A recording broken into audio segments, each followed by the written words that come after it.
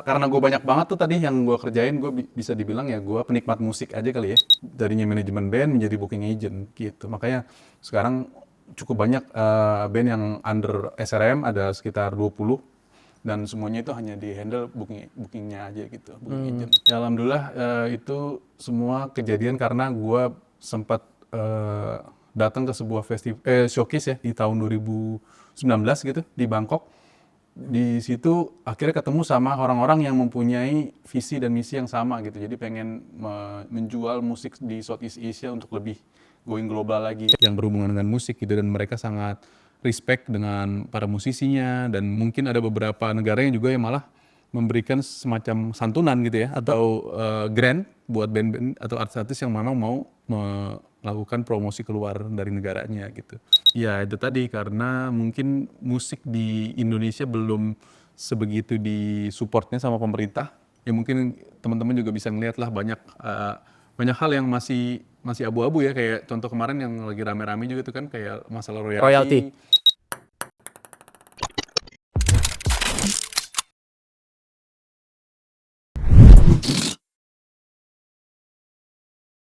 Setiap kita datang ke konser, satu hal yang kita pikirin tuh cuma artis atau musisi favorit kita manggungnya jam berapa, atau setlist yang mereka bawain lagunya lagu-lagu apa aja.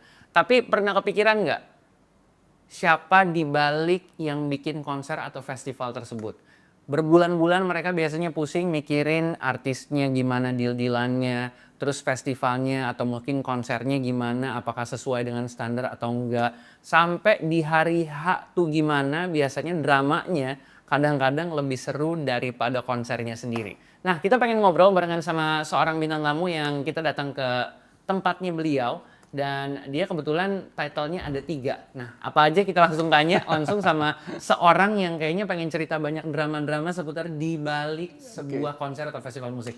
Satria Ramadan, apa kabar Mas? Selamat siang Mas Reza, selamat datang di Tangerang Selatan ya. Info aja 56 kilo dari 56 kilo, jadi kayak berasa keluar kota ya. Bener. Lo booking agent ya? Booking agent, bener. Terus lo apalagi talent management bukan? Ya, sama itu ya? Festival promotor juga, Festival karena promotor. punya music showcase kan. Dan event planner, Planner, dan ya. tour planner. Tour planner lebih tepatnya, benar. Berarti Sama record store owner juga mungkin. record store owner, CEO, Dracin nggak usah. Kebanyakan ya. Tapi kalau lo sendiri mungkin bisa deskripsikan dan definisikan diri lo, siapakah seorang Satria Ramadan? Mungkin karena gue banyak banget tuh tadi yang gue kerjain, gue bisa dibilang ya gue penikmat musik aja kali ya. Penikmat musik yang tidak bisa bermain alat musik gitu. Itu dia. Jadi kenapa gue akhirnya berkecimpung di balik layar, karena gue mencoba main gitar nggak bisa, mau coba nyanyi fales gitu kan. Jadi Sebelumnya udah pernah nyoba? sudah sih. Udah? Nggak bakat aja gitu, jadi kayak gagal mulu gitu, diajarin susah. Jadi akhirnya ya udah, apa nih yang bisa gue kontribusikan terhadap musik gitu kan. Oh, sebenarnya gue startnya dari jadi fotografer band. Mungkin kan itu agak nggak berhubungan dengan alat musik ya. Gue mengabadikan beberapa momen-momen di atas panggung, sampai akhirnya gue terpilih menjadi fotografer band pada saat itu 2005 ya, si Bells of the Cliché. Nah itu titik awalnya gue masuk ke industri musik gitu. Sampai sekarang berarti udah berapa tahun dunia musik? 2005 ya 20 tahun ya, 20 tahun. 1 tahun. Jadi bisa dibilang ya band tersebut lah yang membuka membuka mata gue ya untuk bisa mengetahui backgroundnya si mengurusi band itu kayak gimana, alias menjadi manajer band gitu. Berarti awalnya dari fotografer dulu, Fotografer, benar. setelah sebelumnya coba ngeband tapi kayaknya nggak cocok. Cocok, benar. Sebenarnya bukan nggak cocok sih, tapi belum menemukan suaranya aja kalau kata India. Benar juga ya. Jangan-jangan gue bisa jadi vokalis Greencore, masih masuk ya? Bisa. Kenapa nggak gue coba tuh? Masih bisa loh. Masih bisa ya? Ayo kita ngeband aja. Nggak ketuan ya? Tapi kan ada yang udah familiar sama kata-kata booking agent tuh biasanya orang-orang yang ada di dunia musik ya. Betul. Atau yang beririsan sama dunia musik. Buat orang awam mungkin mereka nggak terlalu paham gitu. Ya. Atau simpelnya gini deh. Apalagi zaman sekarang orang-orang punya pekerjaan dengan title masing-masing dan unik-unik gitu title-titlenya. Gimana caranya lo menjelaskan ke orang tua atau orang-orang terdekat lo, sebenarnya kerjaan lo tuh apa? Iya, itu juga pertanyaan yang suka dilontarkan anak gue ya. Karena anak gue suka ditanyain sama temennya, bapak lu kerjanya apa sih? Gitu, jalan-jalan mulu gitu kan. Nah biasanya gue selalu bilang sama mereka ya bisa dibilang garis benang merahnya ya manajemen band lah ya. Walaupun sebenarnya booking agent lebih fokus mengurusi hanya untuk off air event aja. Tapi kan booking agent itu part of manajemen band juga karena dia juga yang menghandle atau mengurusi schedule-nya si band tersebut gitu. Nah, mungkin gue mau coba cerita sedikit kenapa akhirnya gue mengambil job sebagai booking agent ini karena kan gue dulu basicnya awalnya adalah seorang manajer band ya. Yang tadi sempat gue ceritain itu. Jadi di 2005 gue jadi fotografer band, 2008 gue ditunjuk sebagai manajernya si band tersebut, si Brothers of the Cliché. Brothers of the Cliché, ya. 2010 mulailah berdatangan band-band untuk meminta tolong gue untuk menjadi manajer. Salah satunya band yang gue gemari juga, Sore, menunjuk gue untuk menjadi manajer. Siapa yang nge-reach out duluan tuh berarti? Itu Mereka dulu? almarhum Ade waktu Ade itu Pala, datang oke. sama Mondo. Terus ya itu merupakan sebuah kebanggaan tersendiri ya, tiba-tiba band yang gue lagi dengerin tiba-tiba dia nge-reach gue untuk, ya lu mau nggak jadi manajernya Sore? Wah, ya mau lah gitu. Lo ada gengsi dulu, ntar gue pikir dulu ya. Enggak sih. Nggak ada ya? Nggak pakai gengsi, langsung oke aja. Itu era Langsung berarti deal aja Mas Mondo masih Masih ada? Mondo, ya. Gue Lagunya? inget banget waktu itu meetingnya di Aksara PP ya. Oke, di Pacific Place kan masih ada Aksara tuh. Kita meeting di situ. Muda tuh yang tahu di PP ada Aksara berarti. Udah nggak ada sekarang ya? Punggungnya udah ada krep tuh. Iya benar. Sekarang udah nggak ada tuh. Jadi ya itu. Akhirnya di Sore pun gue banyak belajar tentang handle band, drama-drama di balik band tersebut segala macam dan ya sampai akhirnya banyak band yang approach dan akhirnya gue ngerasa nggak sanggup untuk menjadi manajer ke semua band tersebut. Akhirnya gue nge-twist bisnis modelnya darinya manajemen band menjadi booking agent gitu. Makanya sekarang cukup banyak band yang under SRM, ada sekitar 20 dan semuanya itu hanya di handle bookingnya aja gitu, booking agent. Jadi kalau untuk operasional seharian bandnya atau ngurus-ngurusin apa segala macamnya itu Itu udah urusan di band bandnya sendiri, masing-masing. Cuma kalau misalnya ada yang Tawaran pengen tawaran manggung, manggung itu melalui SRM. Betul. Berarti bilangnya manager kalau orang-orang awam bilangnya. Ada yang bilang business manager. Business manager, oke. Business manager. Jadi ya kata lainnya mungkin bisa bilang business manager. Tapi kalau untuk yang mengurusi dapur secara secara lebih detail biasanya sih ada personal manager ya biasanya. Gitu. Jadi urusannya biasanya doang, cuan-cuan doang Betul. urusannya. Lebih ke mencari peluang lah. Iya, ya, benar. gitu. Berarti bisa dibilang kerjaan lo yang sekarang ini adalah suatu hal yang nggak sengaja? Atau emang udah lo plan dari awal, oke, gue pengen bikin bisnis plan 5 tahun ke depan, 10 tahun ke depan kayak gini?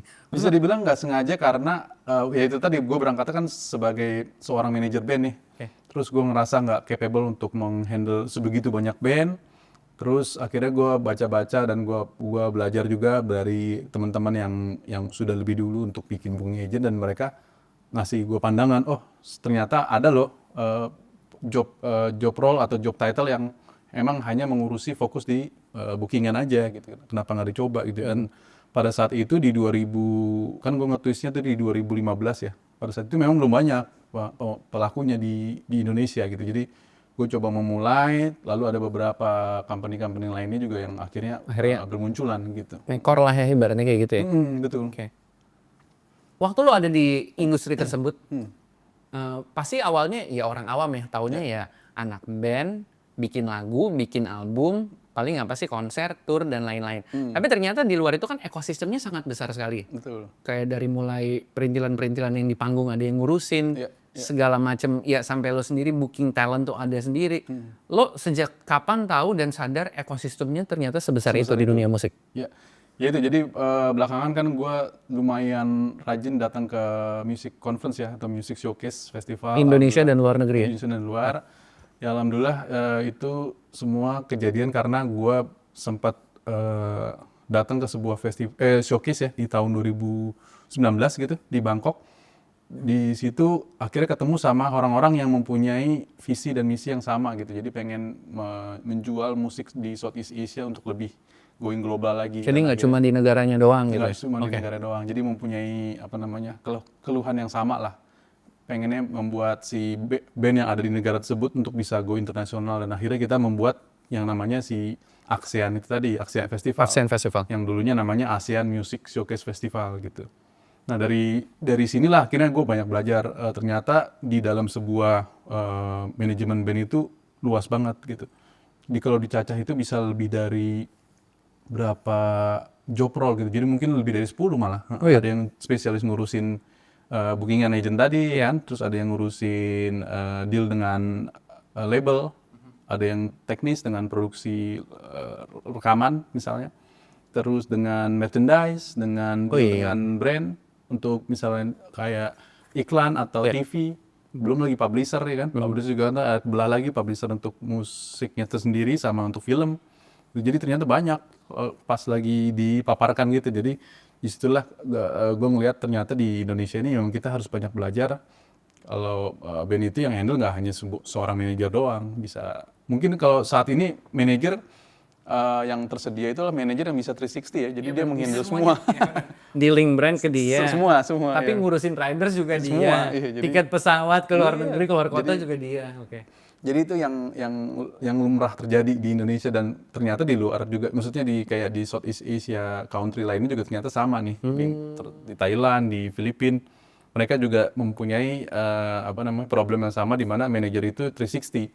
Padahal sebenarnya yang sehat itu adalah ya manajer mungkin dia bisa fokus untuk ngurusin kreatifnya, terus sisanya ya dibantu dengan job role lainnya. Ya berarti yang benar adalah yang masing-masing punya job role dan ngelakuin tugasnya sendiri-sendiri gitu ya. Betul. Ya urusan road manager di tim panggung ya produksinya, dia aja, ya, tim produksian, yang urusan branding aja. Nggak satu orang ngurusin berbagai macam kerjaan. Ya mungkin itu karena ini kali efek negara dunia ketiga ya istilah kasarnya. Jadi karena kita juga budgetnya terbatas ya kan. Jadi akhirnya ya udah nih gue tunjuk satu orang tapi lu handle semua ya gitu. Ya DIY aja. DIY, balik lagi ke DIY lagi sih. Atau bilangnya apa Palu Gada, Palu Gada. gitu ya. Lo udah akhirnya terjun ke dunia ini, awalnya karena mengidolakan beberapa musisi, pengen ngeband, akhirnya jadi fotografer, jadi manajer gitu ya. Itu kan biasanya diawali dari lo hobi dulu dan senang dulu kan sama musiknya. Betul. Poin mana yang lo ngerasa, wah ini makin lama gue udah makin serius nih. Gue udah harus lebih profesional nih. Dan ini ternyata adalah industri dengan dunia yang serius nih. Di poin mana lo ngerasa itu terjadi? Mungkin saat gue suka mengkoleksi rilisan fisik kali ya. Jadi di era-era waktu gue zaman SMA, kuliah, terus kan kadang pas beli kaset atau CD gitu kan suka ngebaca-bacain tuh. Ada ini sebagai ini sebagai ini. Oh, ini Eksekutif produser, ada apaan aja sih nih, ada gitu. apa ya? Ada manajer, ada direkam di mana gitu. Ini bedanya apa nih? Akhirnya ngulik. Terus ya alhamdulillahnya lagi pas masuk di Ballet of the Cliché sama-sama punya mimpi pengen punya record store. Karena kan record store bisa dibilang corongnya untuk musisi untuk mempromosikan karyanya gitu kan. Padahal dulu juga saat ngebangun si Hevox ini juga sebenarnya mimpi kita cuma satu gitu, cuma ingin menjadikan si toko ini adalah toko merchandise si Ballet of the Cliché itu sendiri gitu. Jadi mau beli merchandise ya tempatnya di sini gitu. Tapi ternyata meluas, akhirnya banyak band-band lain juga yang nitip jual. Terus pelan-pelan kita bikin event ya kan, kita bikin event di halaman parkirnya si toko tersebut gitu dan ya begitulah. Jadi banyak hal yang akhirnya aku pelajari dari ngebangun si record store ini gitu. Gua inget tadi sempat cerita juga pas sebelum on cam gitu ya. Kalau gue pertama kali nonton Raisa itu ada di depan Di Hevox. Yeah. Dan Raisa, ya kalau kita ngebahas soal Raisa sekarang dengan tour di konser di GBK, GBK, tour keliling Indonesia. Tapi gue nonton Raisa tuh benar-benar pertama kali di depan Hevox dengan panggung RT gitu. Bener. Ya, maksudnya sederhana banget. Ya, Iya. berarti bisa dibilang banyak banget musisi yang hadir dan akhirnya benar. meletus gitu ya gara-gara Hevox bikin inisiasi acara dan lain-lain gitu. Karena waktu itu kan kita punya event gig rutin yang namanya We Are Pop ya. Di situ mungkin bisa jadi kayak melting pot buat band-band baru dan band yang sudah cukup punya nama untuk berpromosi dan networking gitu. Jadi kayak dulu Efek Rumah Kaca pernah manggung di situ, White Shoes pernah manggung di situ, terus ada Mocha juga. Jadi kayak tempat orang untuk kalau mau manggung di Jakarta, di Jaksel di mana nih dulu nih, di Jalan Bumi itu gitu. Gitu. Jadi ya lumayan ini juga sih, kangen juga dengan era-era waktu Hevox masih di Jalan Bumi karena kita sebegitu organiknya bikin event, nggak peduli duitnya dari mana karena kita nggak pernah ada sponsor juga gitu kan. Acaranya pun gratis karena itu di pinggir jalan ya, jadi kita nggak mungkin bisa narik duit gitu kan. Terus ya udah gitu, jadi kejadiannya juga organik. Jadi teman-teman yang pengen main juga kayak, gue mau dong main gue. Padahal bandnya udah cukup gede gitu. Kayak misalnya contohnya waktu itu si White Shoes atau si Efek Rumah Kaca atau Zik and the Popo gitu kan. Mereka willing untuk main gitu di tempat kecil itu gitu. Tuh berarti industri musik pada saat itu tuh situasinya kayak gimana sih? Masih bergantung banget sama label atau mungkin masih bergantung banget sama perilisan fisik atau gimana sih pada saat itu? 2004 dan sampai 2010 sih menurutku itu lagi bergejolaknya indie ya, karena kan ada Aksara Records, ada Fast Forward gitu kan, terus ada kompilasi Jakarta Sekarang, soundtracknya Janji Joni gitu kan, Iya, itu iya, mungkin itu era itu ya. ada di era yang Iya. di sekitar tadi yang aku sebut itu. Jadi mungkin di situ malah lagi seru-serunya tuh, lagi ibaratnya lagi berbuah tuh. Ya terbukti sampai sekarang kan band-band yang ada lahir di era itu sekarang masih konsisten tuh kan, kayak di Adams masih manggung, terus ada Rumah Sakit juga, terus si White Shoes dan beberapa band-band yang muncul di era tersebut, mereka juga tetap menjaga sparknya supaya tetap nyala terus gitu. Menurutku spirit yang terjadi di era itu patut dicontoh sih sama band-band sekarang gitu. Konsistensinya itu ya. Konsistensi, benar. Ya tapi namanya orang, ya namanya manusia gitu ya, ada naik turunnya gitu ya. Ada ngerasa kayaknya ini bukan jalan gue untuk ngeband. Iya. Kayaknya kerja kantoran aja. Pasti kan banyak band-band berguguran gara-gara pikiran-pikiran seperti itu. Nah lo sendiri ada nggak momen-momen hampir menyerah sama industri? Ada, terutama buat si toko ini ya. Jadi ada tuh satu adegan di mana gue pengen nutup si Hevox nih, Oh ya? 2018. Karena? Ya. Itu pertama kayak gue ngelihat industri lagi nggak terlalu bagus ya pada saat itu, terlebih waktu itu si toko ini lagi belum tahu nih, belum dapat tempat yang asik gitu. Oke. Itu masih Jadi di kayak Jalan Bumi tuh? Itu sempat di Yado kita di Radio Dalam. Oke. Gitu. Nah di situ ngerasa kayaknya nih udahan aja deh. Oh kenapa alasannya itu karena satu lagi nih, si digital lagi naik tuh. Spotify, Ya streaming tuh. streaming, Oke. orang lagi pada Lagi pada into. FOMO. Lagi FOMO iya, sama bener. digital. Bener. Terus penjualan jelek banget. Sampai si partner gue tuh si Erik juga bilang, apa kita online aja nih ya gitu. Udahlah kita tutup aja, kita online. Terus ya itu akhirnya pasrah. Sampai pada akhirnya di 2019 lagi nonton di sosial media gitu ya. Ada satu band dari Korea namanya Seisumi. Dia lagi manggung di Sinus Attack di Tangerang. Gitu. Nah di video itu gue ngeliat, wah ada ruangan di belakang kosong. Kayak kontainer gitu. Jadi salah fokus, orang bukan nonton bandnya nih, nonton di belakang ada ruangan kosong nih. Akhirnya cari tahu, nanya itu ruangan disewain nggak ya. Akhirnya ngobrol-ngobrol dan akhirnya terjadilah si Havoc pindah ke situ di 2020 gitu.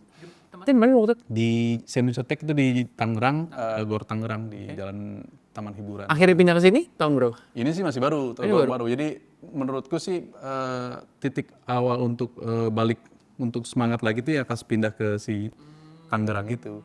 Menemuin tempat yang wah asik nih, tempat bisa dibikin event, bisa dapetin ekosistem baru segala macam. Vibe yang dulu dirasain di Bumi itu Kejadian. ada lagi. Oke. Sampai akhirnya gue juga bikin We Are Pop 9 comeback. Jadi kan We Are Pop terakhir itu 2009 ya. Ini kemarin bikin lagi 2020 tuh sebelum pandemi untuk ngerayain bukanya Hevox baru di Tangerang gitu. Nanti akan ada lagi mudah-mudahan. Mudah-mudahan ya. Gitu. Gua senang ngelihat musisi-musisi gitu ya, apalagi musisi-musisi yang jadi panutan dan idola gitu ya. Mereka kan kadang-kadang kelihatan enak ya, hidupnya kaya, hidupnya glamor, hidupnya bergelimang harta, groupies dan lain-lain. Nggak usah bahas groupies. Kepanjangan. Iya. Pertanyaannya kalau dari point of view sendiri gitu ya, realitasnya apakah seenak itu bekerja di dunia musik? Atau ternyata pahit-pahitnya lebih banyak? Kalau gue ya karena kebetulan gue suka musik ya, sama emang ya mungkin ngerasa hidup gue kalau nggak di musik akan hampa gitu. Jadi kayaknya segala sesuatu yang berhubungan dengan musik asik-asik aja gitu, walaupun dramanya nggak enak gitu kan. Kayak terlebih kalau misalnya di manajemen band kan pasti ada aja ya drama-drama yang kadang-kadang Nyatuin suka bikin berbagai kepala, Iya. satu suara terus satu. banyak hal-hal yang nggak di luar dugaan gitu, tiba-tiba kejadian gitu kan. Cuman itu ya nggak pernah gue anggap sebagai sesuatu yang memusingkan gitu, tapi dihadapin aja gitu. Jadi kayak oh ini ternyata bisa kayak gini ya gitu. Oh ada gini-gininya juga ya gitu. Jadi kayak ya itu bukan jadi sebuah rintangan atau obstacle, itu menjadi sebuah pelajaran justru gitu.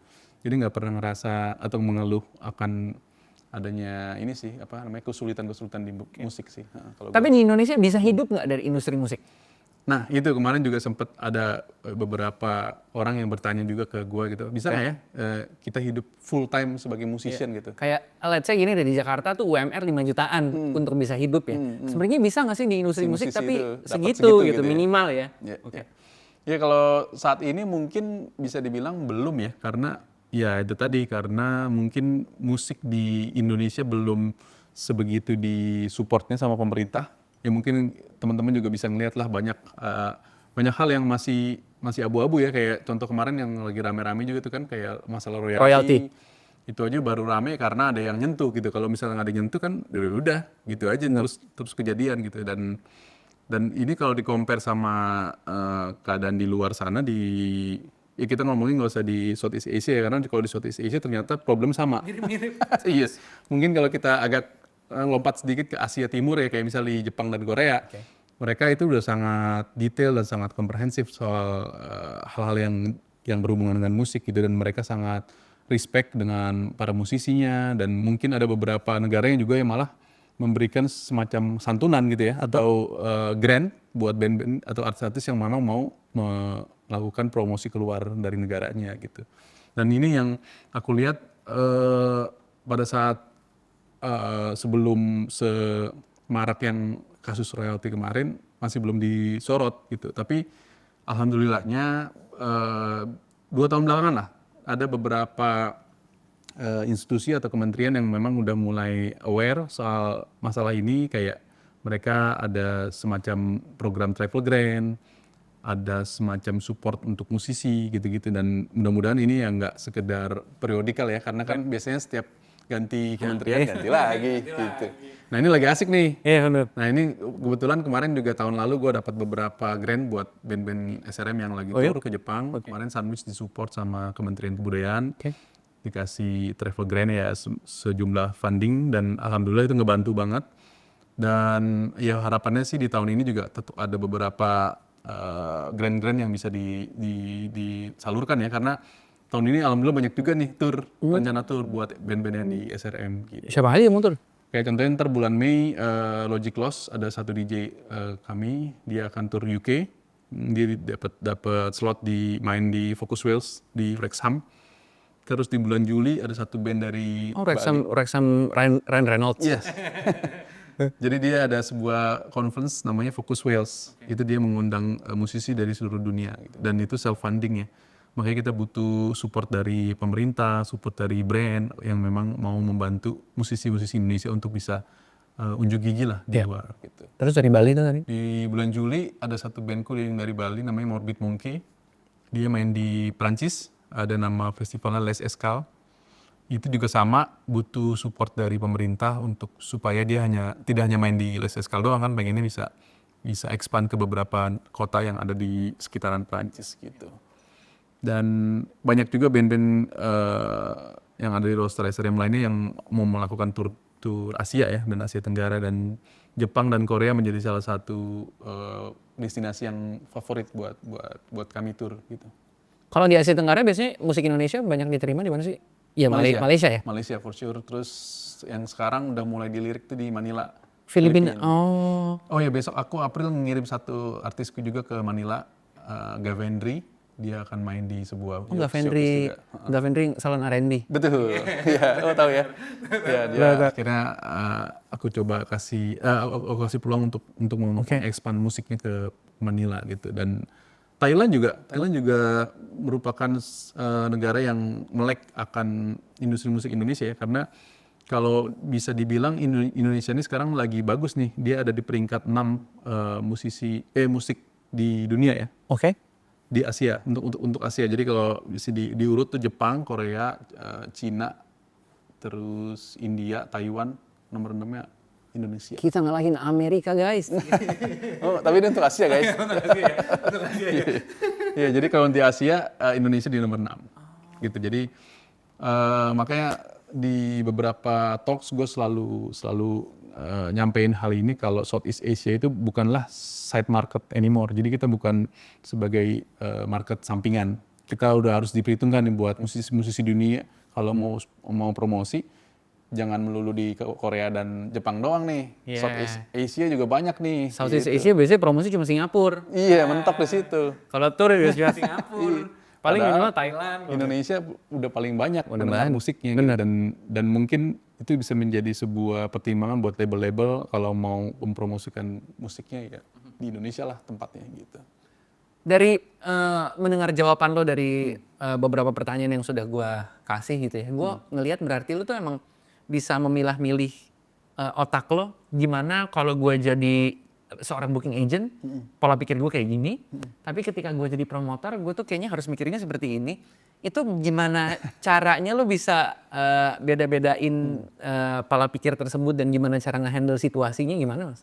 Apa nggak pusing tuh?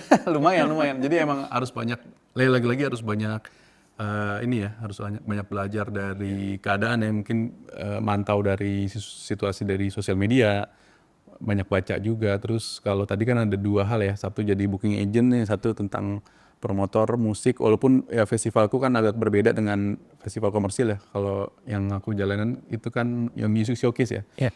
Jadi lebih kayak eksibisi gitu. Jadi band yang datang itu atau band yang manggung itu ya karena atas kemauan mereka sendiri dan mereka bayar sendiri untuk main ke situ gitu. Dan kalau di dua hal ini yang berbeda, booking agent ya udah pasti kita ngelihat dari potensi bandnya ya. Kayak misalnya di SRM sekarang yang gedenya Rumah Sakit, Sore gitu kan.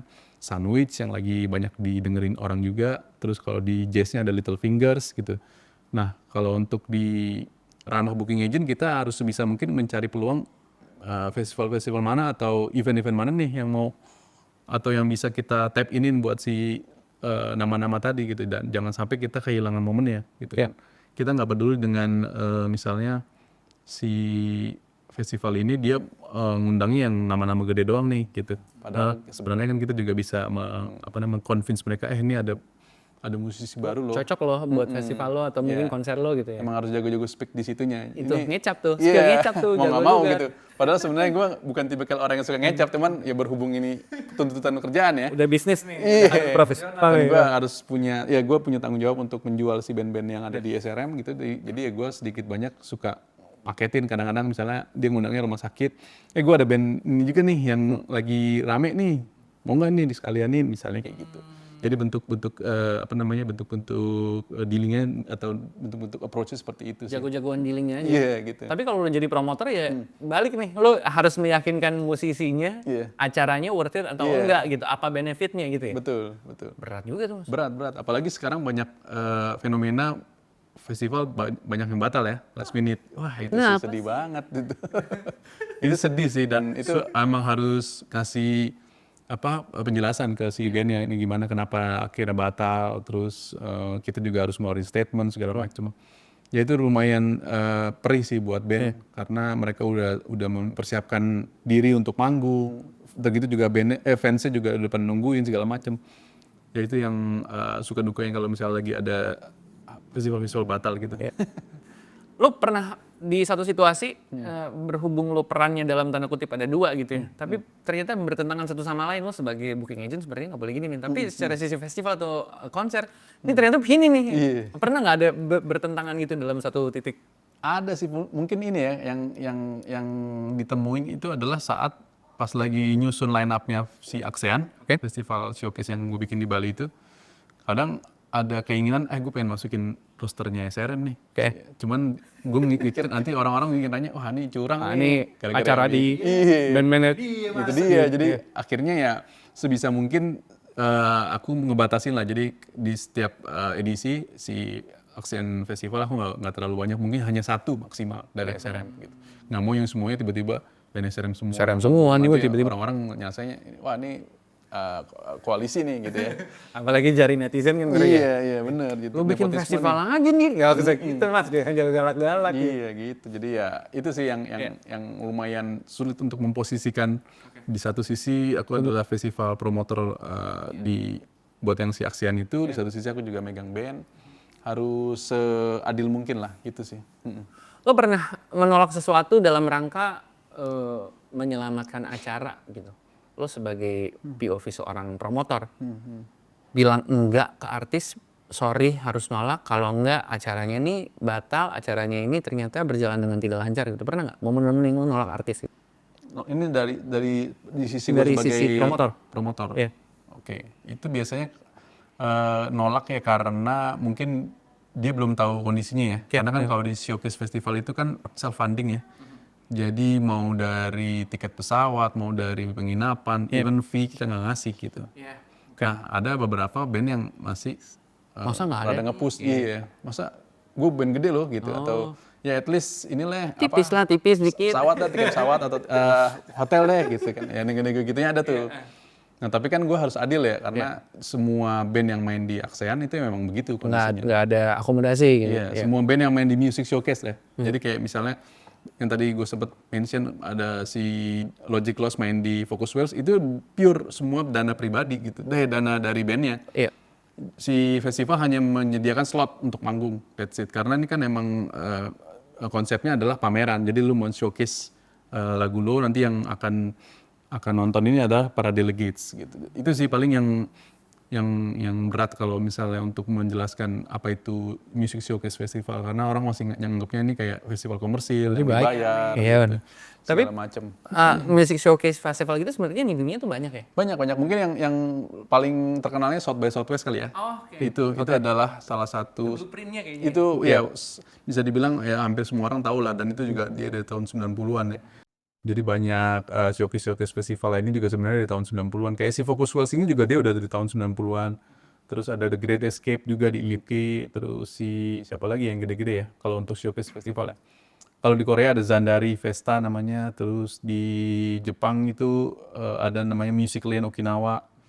Dan akhirnya ya di Southeast Asia waktu itu belum ada yang terlalu menonjol. Akhirnya lah kita buat si ASEAN ini gitu. Itu bareng sama orang-orang di luar Indonesia berarti. Benar, jadi co-foundernya ada di masing-masing negara, dari Singapura, dari Malaysia, dari Filipina, Thailand, terus Vietnam, apalagi itu Indonesia, aku, terus Kamboja, gitu. Meetingnya pakai bahasa Inggris. Meeting bahasa Inggris. Gontok-gontokan adanya nggak? Ada. Mereka. Pinter apa Terlebih karena bikinnya di Indonesia ya, jadi aku harus ngasih tahu nih habitnya orang Indonesia nih gimana. Mereka kaget tuh kayak yang ternyata kalau bikin event tuh harus bikin ada izin polisi segala macem dan lain-lain itu. Jadi akhirnya ya udah tahun ketiga mereka udah cukup paham lah ternyata. Oh berarti gitu-gitu culture shocknya pertama tuh. Iya. Ternyata banyak izin ini harus ini. Iya benar. Gitu. Ya nggak apa-apa Gitu, ya. seseruannya begitu. Jadi ya, tapi akhirnya kepilih terus di Bali karena somehow para delegatnya senang gitu. Jadi kan si delegates ini emang sengaja kita datangkan untuk nontonin band-band tersebut ya. Biasanya delegates ini kadang suka nolak, tapi pas tahu dibikinnya di Bali, Bali boleh ya? nih. Oh. Gitu. Sekalian jalan-jalan. Anggap aja saya libur. Iya, gitu. Jadi akhirnya kita akan decide untuk bikin di Bali dalam beberapa tahun mendatang sih. Itu berarti lu akan sibuknya ketika menjelang festivalnya atau Jadi sekarang sih udah sibuk nih. Udah sekarang udah sibuk. Karena kan yang tahun ini di bulan Agustus ya. Jadi sekarang udah mulai di akhir Maret kita mau announce dates-nya, tanggalnya. Terus di bulan depan kita udah langsung line up listing. Kita ngelis dulu line up dari Indonesia siapa, dari Malaysia siapa. Dan nanti akhirnya mungkin di sekitar bulan Juni itu udah harus announcement line up gitu.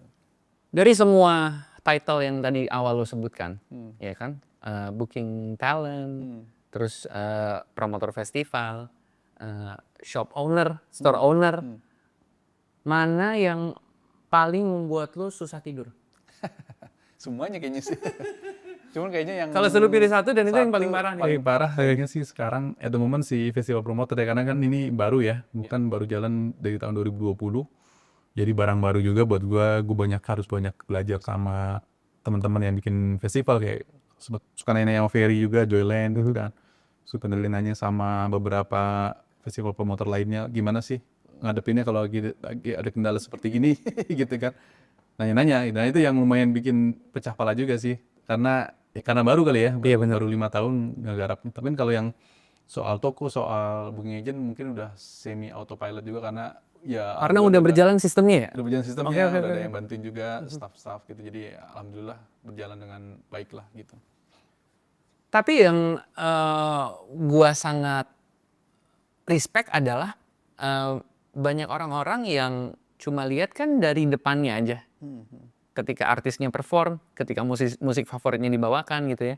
Tapi yang gue respect adalah orang-orang di belakang layar tuh hektiknya tuh bener-bener hektik loh. Bener. Yang ngurusin A, B, dan C gitu ya. Yang paling repot dan melelahkan versi lo sebagai promotor. Yang orang-orang yang menjadi penonton jarang tahu. Itu apa? Versi promotor apa versi booking agent ya? Versi Kayaknya promotor apa booking? Terserah. lebih dari booking agent ya. Karena aku ngelihat dari apa namanya dapurnya. Ya. Biasanya sih kalau misalnya hal-hal yang ditemuin tuh misalnya kayak si festivalnya ada request pengen collab sama siapa gitu, terus pengen setlistnya dari mereka gitu, itu kan sebuah hal yang harus disiapin lebih ekstra gitu kan.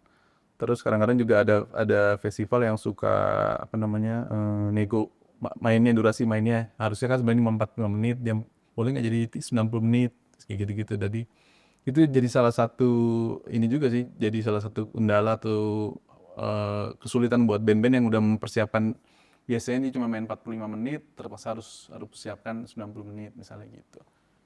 Jadi hal-hal teknis kayak gitu ya? Hal teknis justru, tapi kalau yang lainnya sih kayaknya hampir nggak ada ya, karena ya alhamdulillah yang dihandle bandnya baik-baik semua gitu, bukan band begajulan. Tapi hal-hal yang berhubungan sama kreatif ketika di festival atau di konser ya, itu yang biasanya jadi hal yang Betul, ribet ya. betul. Kayak nyesuaiin, atau sesimpel gini nyesuaiin warna kostum Ya, itu atau sih tema sebenarnya dari masih aman festivalnya. lah ya. Oke. Cuman yang tadi itu yang harus nyamain konsep gitu, Ya. itu yang jadi salah satu apa yang harus di highlight, jadi PR buat Sementara sebenarnya. band atau musisi biasanya datang udah punya konsepnya sendiri gitu. Iya gitu. Jadi kita kadang-kadang suka harus ngalah juga dengan konsep yang festival bikin gitu.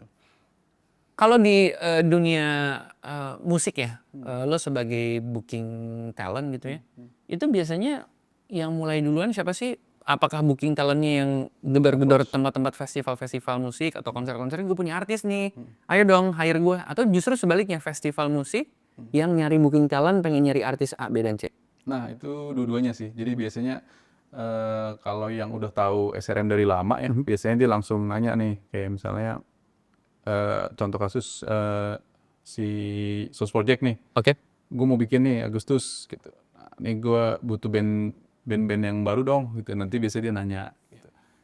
Ada juga yang memang festival-festival baru yang belum tahu SRM juga kan, jadi ya kita harus approach juga tetap. Silaturahmi duluan. Silaturahmi DM dulu dari Instagram ya kan. Tuh nggak gengsi tuh, nggak apa-apa. Nggak usah, nggak boleh gengsi, itu salah satu ini ya soalnya kan corong pembukanya gitu. Terus biasanya kalau lagi ke festival atau lagi ke acara ketemu sama siapa, ya biasalah cawe-cawe ya kan. Harus Ada band baru nih. sering kenalan. Iya, Lu siap kartu nama gitu? Siap. Nah, gitu. Dan biasanya gue kalau ke showcase festival tuh bawa ada bundling, itu satu bundling kartu nama isinya Spotify card peserta SRM gitu. Jadi dia nggak usah pusing Nyari pilih artisnya mana. siapa. Oh, Ini yang udah export ready nih, udah gue pilihin nih si A B C D gitu. Dan itu lumayan work sih, jadi mereka tinggal ambil terus scan kan, dengerin Spotify, oh ini cocok nih gitu. Nah akhirnya di book gitu sih. Nah, ini ilmu nih, maksudnya nggak semua manajer atau booking talent siap dengan hal-hal seperti ini gitu ya. Jadi lu udah mempersiapkan kalau misalnya ada artis-artis yang pengen dibawa ke luar negeri, Ya, rosternya yang export ini. ready Oke. A B C D gitu. Ada yang cuman aku cuma mainnya di Indonesia aja deh. Udah mantep kok, udah puas lah kita. Ada juga gitu. Lagian juga gue nganter lalala jadi susah gitu. Jadi memang ada kriteria yang band yang bisa export ready atau yang emang dia pengennya lokal aja gitu. Dan cara jualan gue yang lainnya adalah gue bikin di itu tuh di WhatsApp kan ada katalog tuh ya. Iya. Nah itu gue cantumin roster-roster SRM. Ntar coba kalau mau lihat ada kok. Langsung klik link di bio kan. Gitu. Berarti lu udah tahu artis mana yang cocok di kota mana, artis Iya, mana yang jadinya cocok tahu. di negara mana. Jadinya tahu sih. Yang paling demand-nya besar di luar negeri dari artis lu siapa? Saat ini Sandwich, Sandwich? Little Fingers. Itu di negara mana itu contohnya? Sandwich tuh tahun lalu dia 2 kali tuh ke Jepang. Jepang dua kali. Tour, dan mungkin tahun ini dia akan coba ke kota-kota lain di Korea mungkin atau di Taiwan. Tapi kalau kayak Little Fingers juga sama, dia juga sporadis tuh, tahun lalu main di Vietnam 2 kali, terus main di Taiwan, mau coba main di Korea tahun ini, tahun lalu juga main di Thailand juga banyak gitu 2 kali ya. Nah, jadi kita ngelihat dari karakter bandnya juga sih, apakah siap untuk susah. Ini karena kalau manggung keluar tuh udah pasti sulit lah ya. Kita nggak bisa bawa kru banyak-banyak. Minimalis, harus minimalis. Even kadang-kadang yang berangkat ya cuma personilnya doang gitu. Nah iya, jadi kadang kan keterbatasan dana ya. Berarti mereka yang nge-set Iya. nurut-nurut up. Jadi itulah yang akan kita kategorisasikan menjadi export ready. Kalau mereka udah siap dengan kondisi seperti itu udah. Berarti nggak cuma sekedar musiknya doang, tapi personilnya juga bisa atau enggak gitu ya? Willing atau enggak melakukan hal ini gitu.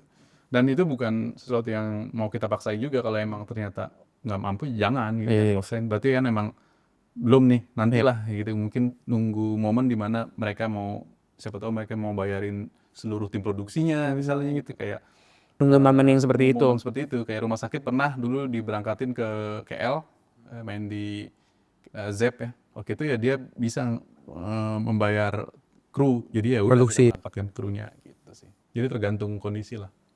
Kalau untuk nentuin seorang musisi atau sebuah band nih, turnya di kota-kota mana aja, itu kriterianya biasanya lo tentuin dari apa? Listeners di Spotify Selain gitu? Ya dari itu juga dari pembicaraan di sosial media itu kan bisa kita lihat tuh ada permintaan. Itu Itu baca ya, itu jadi salah satu ini juga faktor juga. Dan ya itu tadi ada satu apps yang memang kita bisa ngelihat nggak hanya Spotify doang, Numbers. Aku pakai sebuah apps yang bisa ngedetect si band ini gedenya di mana aja, sampai dia bisa tahu pendengar di Spotify, Apple Music, YouTube gitu. Oh jadi multi platform bisa ketahuan ya? Platform. Dan itu cukup berguna untuk kita nentuin titik tur. Oke. Ngebantu lah ya? Iya, karena kalau enggak ya lumayan gambling kan. Yes. Walaupun sebenarnya nggak apa-apa juga sih. Aku lebih suka yang organik gitu. Jadi belum tahu di situ ada pendengar berapa. Jangan-jangan pas nanti datang jadi banyak nambah gitu. Bisa jadi gue atau bisa jadi lebih banyak atau bisa jadi kok ada? Oh rame ya. Gitu, sepi ternyata. Ini yang jadi penasaran gue juga sih. Gue banyak nanya ini ke musisi-musisi dan orang-orang yang juga bekerja di dunia musik. Musik udah ngebawa lu sampai kemana? Dalam artian kota ya? Atau mungkin tempat ya? Apakah sampai ujung Indonesia mana atau negara bagian mana? Di Indonesia boleh, luar negeri boleh? Luar sih udah lumayan banyak sih kalau luar. Kalau luar mungkin yang terjauh Los Angeles ya. Waktu itu ada Muse Expo namanya, festival juga showcase. Waktu itu kebetulan bawa band dari Indo juga, Lightcraft, untuk showcasing. Itu 2019. Mungkin itu yang terjauh. Tapi kalau yang lainnya malah jadi rutin nih. Kayak si Focus Wales tahun ini, insya Allah aku tahun keempat datang ke sana. Jadi udah 4 tahun di UK tour. Lalu Jepang apalagi. Jepang udah lumayan sering ya? Ditambah lagi dengan Fuji Rockers. Iya, Fuji Rockers agenda tahunan juga tuh. Benar. Jadi visa waiver ada terus ya? Iya, alhamdulillah. Gitu. Nah kalau yang Indonesia sih masih banyak yang belum kejamah, pengen banget ke timur ya. Indonesia ke Timur. Ambon gitu. Iya. Aku paling mentok ke Manado ya. Manado udah. Makassar. Oke. Irian aku belum pernah. Belum pernah. Itu yang pengen aku coba approach supaya bisa dapat kesempatan untuk melihat musik scene di sana gitu. Yes. Masih penasaran. Indonesia Timur besar sama hip hop sih ya? Benar. Iya. Dan sekarang lagi rame lagi ya. Lagi rame lagi, benar. Mudah-mudahan ada peluang nih untuk bisa berkunjung ke sana gitu. Sana ada di roster lo ada artis hip hop nggak ada? Hip hop yang hip hop banget sih nggak ada. Nggak ada. Cuman ya mungkin yang agak nyerempet ke hip hop R&B ya si Gavendry. Gavendry ya benar. Siapa tahu ya rezekinya. Siapa tahu. Dan algoritmanya kita nggak tahu ngebawa kemana kan. Iya. Bener. Kalau ngomongin soal konser juga nih mas, gue penasaran gini ya. Kita tahu konser tuh sukses kalau misalnya artisnya membawakan lagu-lagu dengan setlist yang udah selesai semua nih. 20 lagu, 20 dibawain semua. Stage act-nya keren. Kita sebagai penonton ya. Tapi kalau dari point of view lu sendiri nentuin ini konser ini sukses, festival ini sukses, itu biasanya dari mana? Dari respon penonton juga sih tetap. Jadi pas abis acara sekarang suka mantauin si sosial medianya penonton, si festivalnya lihat.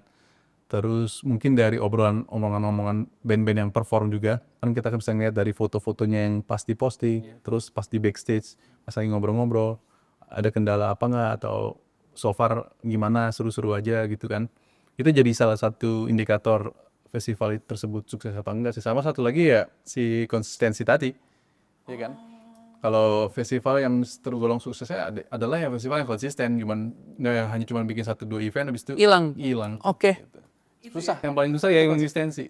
Makanya suka salut melihat festival yang kayak Fuji Rock tuh ya, dari 2007 gitu, sampai sekarang eksis gitu kan. Itu kan pasti banyak banget itu. Benar.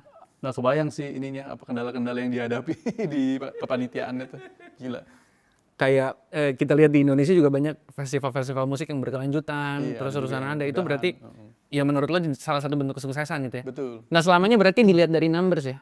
Enggak sih, kalau gue sih enggak yang selalu ngeliat, oh ini rame banget nih. Malah kadang-kadang yang overcrowd juga jadi jelek kan. Kayak waktu itu ada beberapa festival kan gitu. Ya itu jadi sebuah berita tuh. Iya gitu benar. kan. Berita tapi nggak positif. Iya, makanya jadi sayang. Menurutku yang biasa-biasa aja lah gitu. Nggak usah terlalu banyak juga nggak apa-apa. Yang penting KPI-nya terpenuhi gitu. kali Itu, ya. itu. Nih nggak penting. Iya, kan harus tanggung jawab ke sponsor juga kan gitu. Tapi dari pengalaman lo ya, ini gue pengen tanya apakah ada cerita atau enggak gitu ya dari pengalaman lo ngurusin musik, bekerja di dunia promotor, booking talent. Ada nggak hal-hal yang lo awalnya ngira ini kayaknya mustahil nih konser bakal kejadian, tapi akhirnya jadi. Mungkin yang festival-festival di outdoor ya, di Indonesia kan kita tahu ya agak sedikit ya unik ya. Nggak hanya hujan doang, ada klinik-kliniknya segala macam gitu. Jadi suka salut sih sama panitia yang bikin festival di luar dan berhasil gitu. Walaupun mungkin dia juga pasti akan mengalami problem-problem dulu di awal, tapi lanjut tuh kayak siapa ya kemarin ya? Si Wreckfest gitu, Oke. ya kan? Wreckfest tuh itu seru loh itu sebenarnya. Cuman sayangnya aja memang mungkin nggak bisa terlalu mendatangkan banyak orang ya. Tapi secara konsep sih itu bagus banget gitu dan itu aku yakin ya pasti persiapan juga sulit tuh ya bikin di festival di area seluas itu dan sebuas itu juga gitu. Lo berarti lebih prefer bikinnya indoor atau outdoor? Karena gue penyuka Fuji Rock sih gue lebih suka outdoor sih. Cuman memang belum berani aja karena tapi si Aksen kita bikin di outdoor kok. Outdoor. Di luar di Jimbaran Hub tuh di luar. Biasanya setiap tempat tuh pasti punya tradisi kliniknya masing-masing gitu ya. Lo adalah tipe yang akhirnya ngikutin apa kemauan dari orang-orang lokal gitu. Pastilah, pasti. Ikutin aja. Nggak Ini boleh, biasanya di jangan sini kita ditentang kalau ada itu. pawang ini, ikutin aja gitu. Itu nggak boleh ditentang. Alam nggak bisa ditentang sih gitu. Jadi kalau dia bilang nggak bisa ya nggak bisa, jangan. Sih. Ada aja kan, gue nggak perlu deh, wes kan. Ya, Kalau takut bala aja sih. Iya gitu. sih. Jadi ya apalagi Indonesia kan syarat dengan hal-hal seperti itu. Jadi kita emang benar harus mengikuti rules yang ada di lokal. ya tapi berarti dari POV lo adalah menghormati tuan rumah aja gitu ya. Betul. Ya itu salah satu wishlist gue juga sih pengen bikin festival outdoor yang mumpuni lah gitu yang dulu kan kita juga mungkin kayak apa dulu sempat ada folk music festival gitu di Malang. Terus ya jadi tadi contohnya si Wreckfest ya mudah-mudahan ya nggak berhenti gitu aja ya soalnya kemarin kayaknya nggak ada ya tahun lalu ya. Tadi ini sempat libur mungkin mudah-mudahan tahun ini ada lagi ya festival outdoor yang besar. Camping juga ya. Oh mungkin Jazz Gunung kali ya, Jazz Gunung itu bisa dimasukin kategori walaupun dia bikinnya di sebuah resort ya, nggak pure di alam. Nggak pure liar. camping banget gitu ya. Iya. Nah itu juga pasti banyak lah obstacle-obstacle-nya walaupun dia sudah bikin berkali-kali, ya suka salut sih sama mereka yang selalu tetap bikin dan alhamdulillah lancar gitu. Ya lu ngurut kabel di hutan gimana sih pasti ada. Belum ya plan ininya kan, yang hantu-hantunya, serem juga tuh. Gitu. Kalau cerita tur paling kacau yang lu pernah alamin ada gak? Ini chaos banget nih. Kayak Ada, jadi waktu itu pernah tur sama Alfa ya. Oke, Alfa ya. Itu ke Bali, terus kita ada adegan pindah kota ke Surabaya. Oke. Pada saat itu kita nyewa HiAce lah ya, jadi kan standar untuk menghemat budget. Tadinya idealnya harusnya dari Bali Surabaya naik Pesawat. cuman kan ini Road trip aja nih. road trip. Oke. Sewa lah HiAce, ternyata si supirnya mabuk dong, gitu mabuknya parah. Itu udah oke banget malam-malam, serem gitu.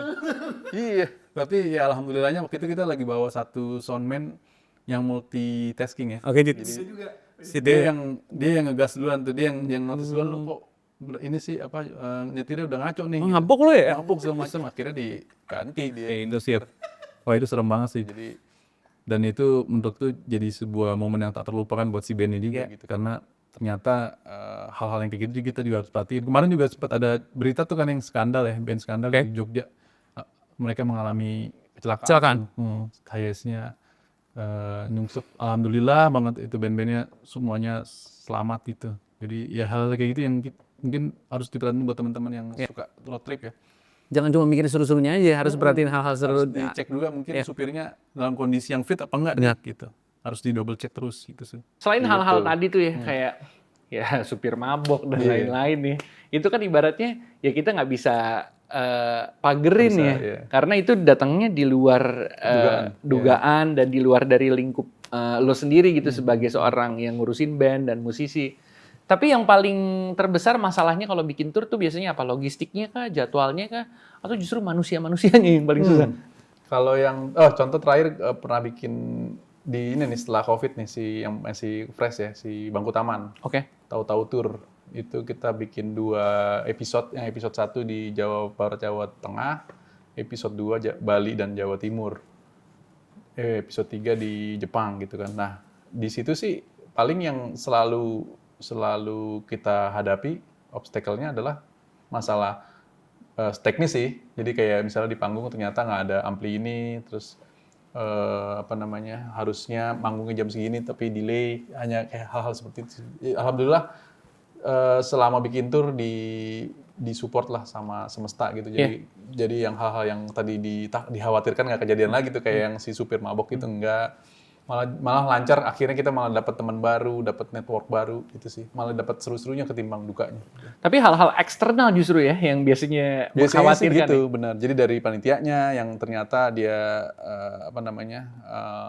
abai ya untuk memenuhi apa yang udah dijanjikan. Requirements-nya ya. Betul. Alat-alat dan sound system dan Betul. lain-lain. Tapi sisanya aman-aman aja sih. Kalau hampir batal konser ada nggak? Banyak. Itu. Hampir batal banyak, dan yang lebih banyak mana hampir batal tapi jadi manggung atau benar-benar nggak jadi manggung? Benar-benar nggak jadi manggung Itu karena lebih festivalnya batal. Ya. Rumah sakit tuh lumayan. Tahun ini udah 2 nih yang batal. Kayak kemarin tuh ada satu festival di bulan Ramadan nih. Dia ya terpaksa ngebatalin karena mungkin salesnya nggak bagus, tapi dia alasannya nggak dapat izin. Tapi kan kadang-kadang kan suka nggak masuk akal ya. Kalau kita bikin acara udah pasti harus minta izin dulu di awal kan. Ya jadi itu udah template lah, pasti udah pada tahu. Denger ini Mas T-Pain, dia kan streamer sekarang. Dia suka nge-stream, terus dia ngasih tahu gini, kalau misalnya ada artis favorit lo nih, dia bilang dia mau tur ke kota lo, tapi H-2 bulan dia bilang dia cancel karena alasannya A, B, dan C. Salah tuh, alasannya cuma 1, tiketnya nggak laku. Iya. Katanya gitu. Ya, biasanya gitu sih. Dan itu katanya banyak lagi dialamin sama musisi-musisi internasional. Emang separah itu apa? Benar, yang internasional juga sama karena ya itu tadi si promotor juga nggak mau ngambil risiko daripada dilanjutin tapi malah tambah ini kan memperkeruh keadaan. Jadi sebaiknya, untungnya ada klausul bisa ngebatalin itu kan. Itu kan memudahkan si festivalnya untuk nggak ngelanjutin dan memperparah keadaan gitu. Dan kayaknya ini baru lumrah terjadi setelah Covid deh. Jadi kayak mungkin karena ekonomi juga lagi nggak terlalu bagus gitu ya. Dan sementara demand-nya untuk entertain atau untuk musik tinggi. Cuman sayangnya sekarang apa-apa harga juga naik gitu kan. Jadi itu jadi obstacle juga buat rate juga pada festival. naik sebenarnya musisi-musisi. Mau nggak mau jadi naik gitu karena melihat keadaan yang udah semakin parah ini ekonominya gitu. Jadi ya makanya kayak ada festival yang akhirnya dia downgrade ya kan, yang tadinya dia skalanya banyak panggung jadi cuma 1 panggung ya. Ya salah satu alasannya karena kondisi ekonomi saat ini. Indis ekonomi. Indis ekonomi itu beneran terjadi ternyata. Itu beneran di segala sangat lini. disayangkan ya. Padahal ya tadi itu kan sempat dimention Indonesia itu lagi bagus-bagusnya. Kita lagi besar-besar banget. Opportunity lagi tinggi, kita lagi di highlight di seluruh dunia untuk industri musik. Cuman sayangnya nggak didukung oleh si ekonomi tadi gitu. Gue jadi kepikiran. Kan lo ketemu banyak orang-orang di belakang panggung.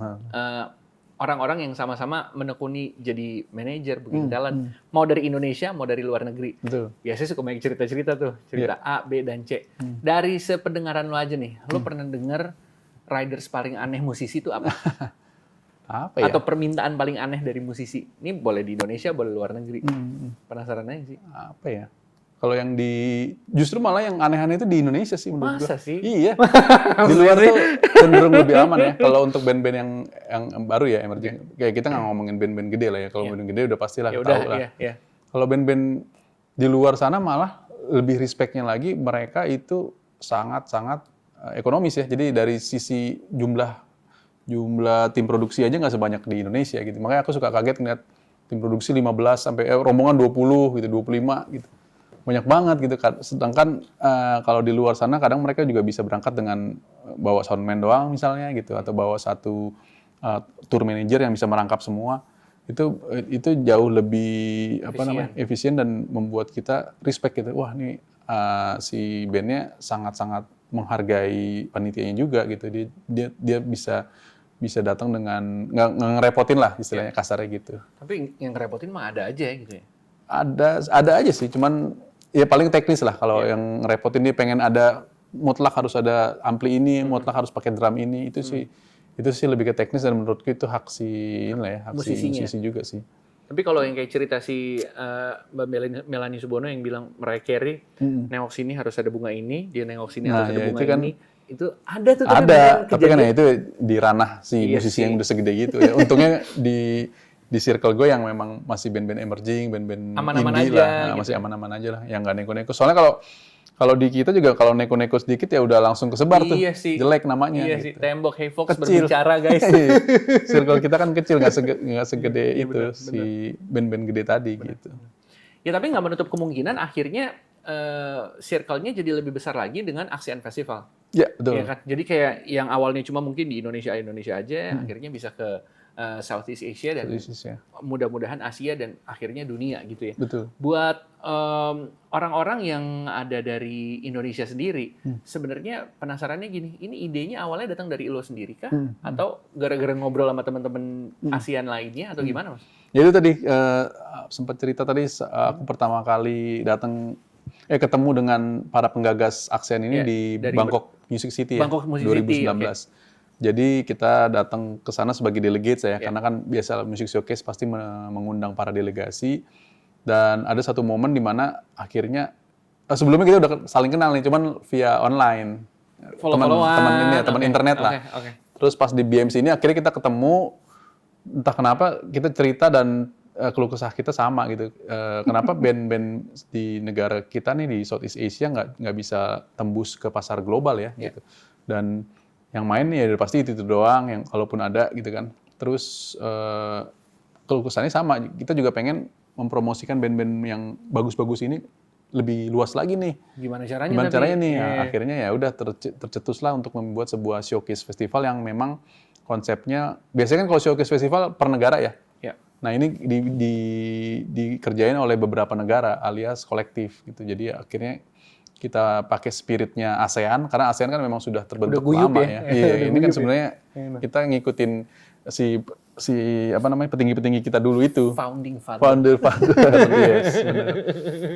Kita awalnya bikin pakai nama ASEAN itulah ya, karena kita pikir wah aman-aman aja gitu kan, ini karena spiritnya Southeast Asia. Ternyata ada IP-nya gitu ya?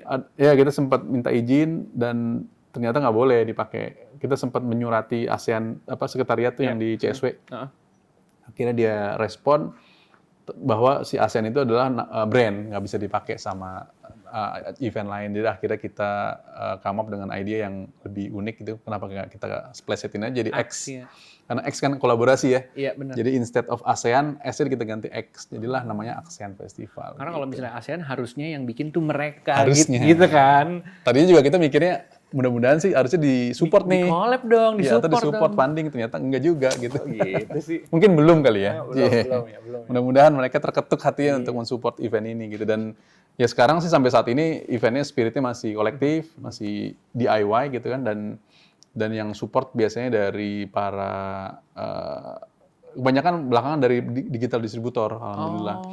Dan mostly supporternya dari luar sih. Jadi label-label atau institusi-institusi yang mau mempromosikan bandnya, karena kita kasih slot ke dia gitu untuk manggung. Ini tapi bisa dibilang langkah yang nekat nggak sih? Maksudnya lo banget biasanya di Indonesia ini kayak lo gabungin teman-teman di Southeast Asia. Banget. Ini berdarah-darah sih jujur. Jadi emang sampai di tahun ke-6 pun kemarin kita juga masih belum mix money gitu. Jadi mudah-mudahan di tahun ini kita bisa deliver. Ini akan mix money atau gimana? Ya pengennya sih gitu ya, karena kita selama 6 tahun bekerja ini ya benar-benar ya spiritnya kolektif aja, nggak nyari duit gitu.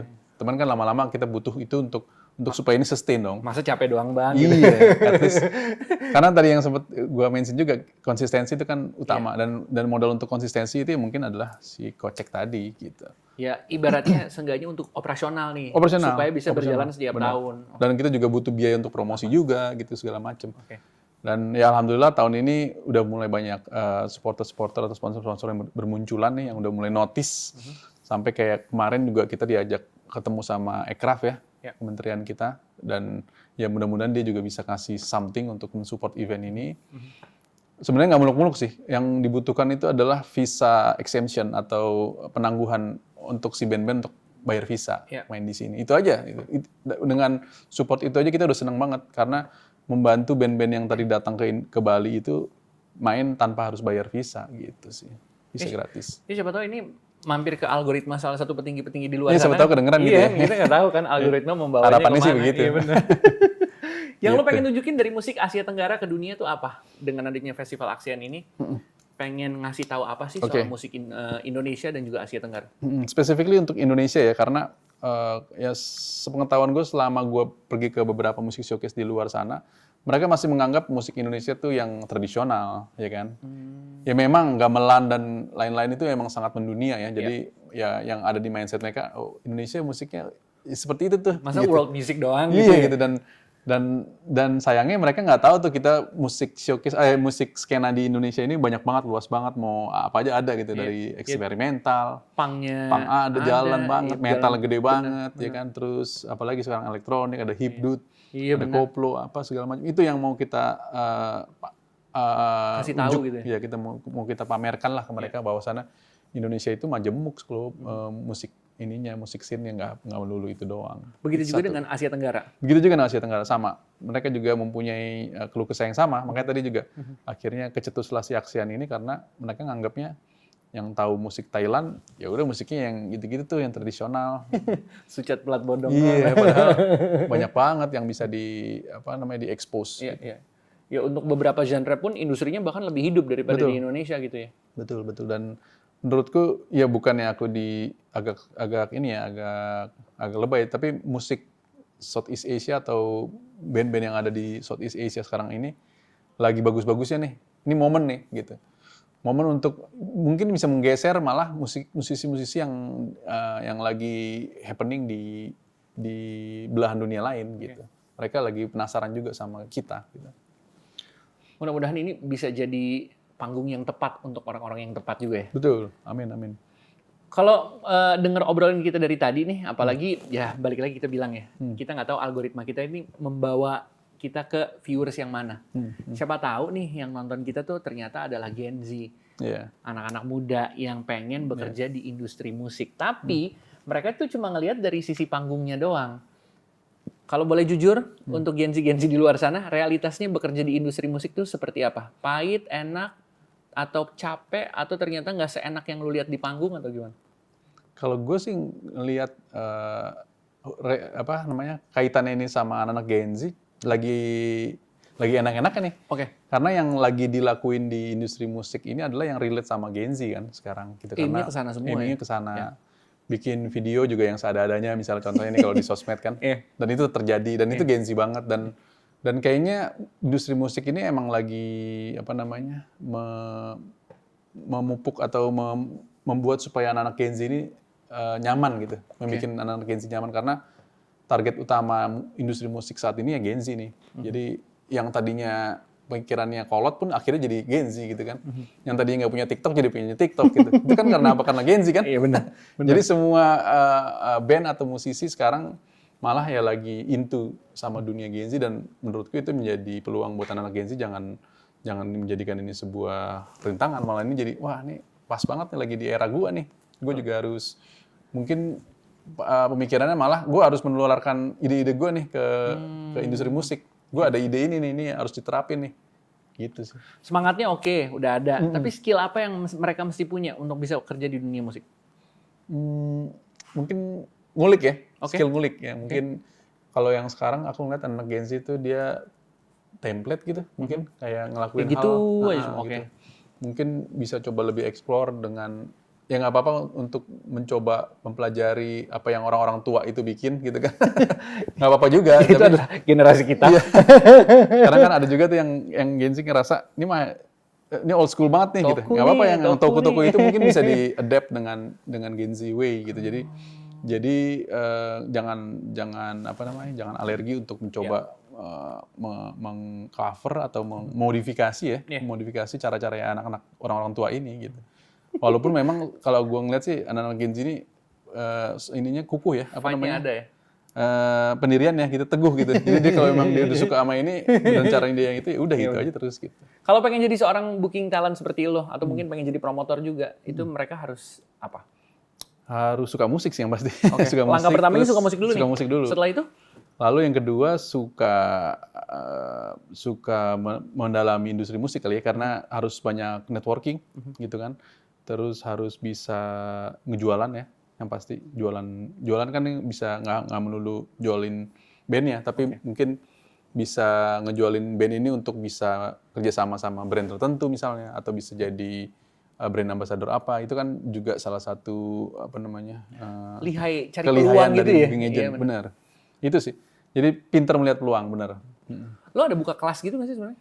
Kayak untuk ngajarin generasi muda? Aduh. Ya begitu sih ada beberapa workshop yang ngundang ya, kayak online workshop itu ada, cuman yang spesifik untuk ngajarin gitu sih belum sih. Mungkin nanti akan ada waktunya. Mungkin kali ya kalau ada yang Transfer ilmu. mau. Iya, regenerasi ya. Iya benar, Iya, regenerasi. benar-benar. Itu penting sih. Penting. Mas, makasih banyak. Sama-sama. Sebelum kita udahin, kita mau trivia dulu sedikit. Boleh, boleh. Lo tinggal pilih cepat aja. Jawab dengan satu kata nggak apa-apa. Oke. Kalau mau ceritain alasannya nggak apa-apa, nggak juga nggak apa-apa. Kita mulai trivia di Radio Khalayak. Yang pertama adalah festival besar atau venue kecil? Venue kecil. Ada alasannya kenapa? Karena gue penyuka gig. Oke. Tur panjang atau single show tapi gede? Skalanya GBK gitu. Tur Tapi panjang. Tur panjang. Karena gue suka bikin tour. Karena emang tour itu adalah salah satu kegemaran gue. Oke. Itu kan journey ya. Iya. Gitu. Kota tur paling seru? Jogja. Kenapa? Orangnya asik-asik. Oke. Kota tur paling chaos? Paling chaos tuh gimana maksudnya? Terserah dari definisi lu sendiri. Bisa chaos dalam arti crowd-nya liar banget nih. Gitu. Bisa Bali jadi kali ya? gitu. Bali. Bali, oke. Bali soalnya orangnya atraktif gitu. Oke. Artis indie paling profesional yang pernah lo temui? Artis indie profesional. Iya. Little Fingers. Oke. Kenapa? Karena drummernya si David, business manajernya Hindia. Oke. Gimana Double job. kurang profesional tuh ya. boleh. Gitu. Hal paling random yang pernah terjadi di backstage? Apa ya? Kesetrum tuh Setrum biasa ya? biasa ya. Biasa ya? Yang paling random ya. Iya. Tidur juga biasa ya. Biasa. Aduh apa ya? Kebobolan fans gitu masuk dalam. Itu biasa juga. Biasa sih. juga ya? Tapi yang menurut lo biasa, mungkin bisa jadi buat orang lain tuh sebenarnya luar biasa. Oke, tau? oke. Oh gini aja paling, masak. Masak? Si Awan, kadang suka masak Awan ke Fish? backstage. Enggak, Awan sore. Oh, Masak. bakmi Iya, bebek. benar-benar. Ya, itu tuh. Mas Awan, Kadang bawa kompor gitu? Iseng, iya. Masak gitu.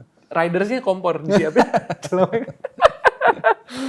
Itu hal paling random ya. Setelah melihat industri musik dari banyak sisi, apa hal yang masih membuat Anda tetap jatuh cinta dengan dunia ini sampai hari ini? Karena memang suka musik. Gitu doang ya? Itu doang. Itu doang lagi. Ya kadang-kadang Apalagi ya? jawaban yang kita butuhin adalah jawaban yang simpel. Ya, Iya. karena mau apa lagi? Karena yang kita butuhin cuma musik. Gitu. Iya, itu doang lagi. Nice. Nggak ada lagi. Udah. Kalau gitu kita tutup dengan kata-kata hari. Nggak usah. Iya, Nggak usah. aduh. Kita tutup dengan Satria Ramadan. 2 kata lucu. Nggak usah. Gitu. Deg-degan gue. Kita tutup dengan doa wabila. Nggak usah.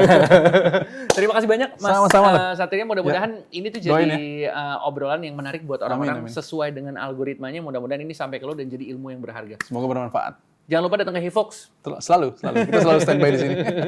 Terima kasih banyak. Terima kasih, Mas. Mas Satria Ramadan. Sama-sama, Mas Reja. Atau kita panggilnya dengan Mas SRM. SRM. Senang rasanya membantu. Yes.